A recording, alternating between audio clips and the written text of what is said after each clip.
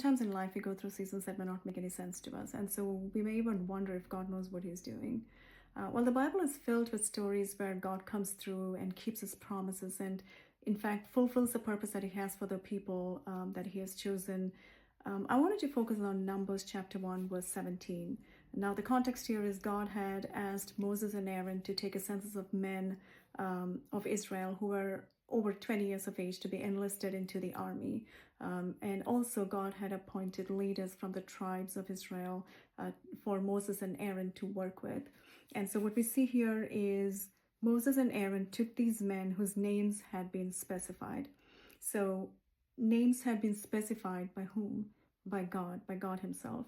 And so, what we see here is Moses and Aaron in complete obedience going through the tasks that God had set before them. God had a plan for the people that He had appointed, and God had a plan for the Israelites because He knew what they were getting into, the battles that they would be facing. God was preparing them and God was positioning them, getting ready for those battles.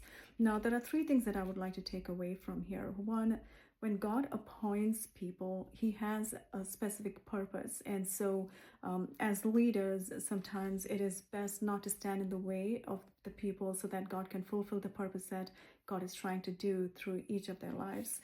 Secondly, God is sovereign. He knows what He's doing. He's all-knowing. And so He knows what's best for you, and He knows what's best in the life of the people around you.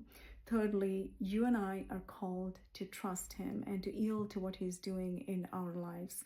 When we go through seasons that do not make sense to us, we are called to yield to Him, knowing that He will come through and He is a promise keeper.